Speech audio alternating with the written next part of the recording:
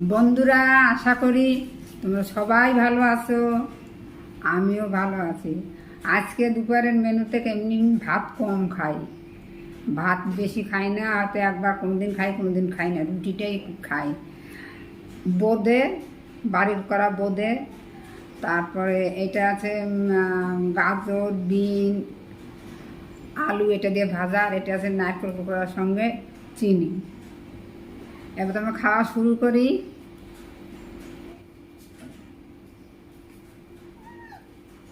সবাই কিন্তু লাইক করবা, কমেন্ট করতে ভুলবেন না কিন্তু।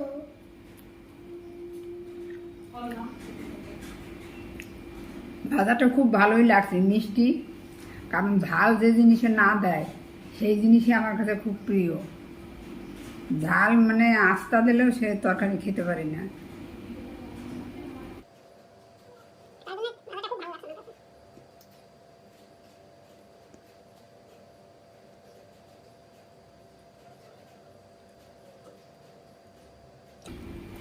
আমি এমনি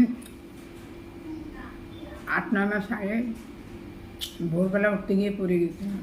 পড়ে দিয়ে আমার মাথায় লাগে চোখ, সেই প্রচুর রক্ত হয়, হাসপাতালে নিয়ে যায়, ব্যান্ডেজ ট্যান্ডেজ করে তারপর ছুটে যায়। তারপরে এখন এরকম হয়েছে, তারপরের থেকে আমি ভাত খেতে পারি না। কিছু একটা জিনিস কোথায় রাখলে সেটা আমি বলতে পারি না।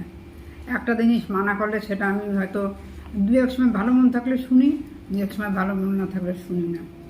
এইরকম চলছে আমার এখন। ওষুধে 9 মাস ধরেই খাচ্ছি, তবে আগের থেকে অনেকটা ভালো। আগে যেরকম যখন ডাক্তারের কাছে যাই তখন 37 কেজি ওজন ছিল, কিন্তু এখন 47 কেজি ওজন হয়ে আগের চাইতে দুর্বল হয়ে গেছে। দুর্বল আগের চাইতে বেশি। আমার মা কিন্তু এই সবগুলো খাবার রান্না করেছে। আর হলো আমার মা খুব সুন্দর রাঁধুনি, জানো, খুব সুন্দর রান্না করতে হ্যাঁ, পারে। তোমার মা তো খুব ভালো রান্না করে। এটা ওটা কি হয় জানো, এটা আমার দিদু হয়। আমার মাথার মধ্যে সবসময় ভার, মনে হয় বলে দেবো, ঝুঁকি হয়ে পড়বো, হাঁটতে পারি না।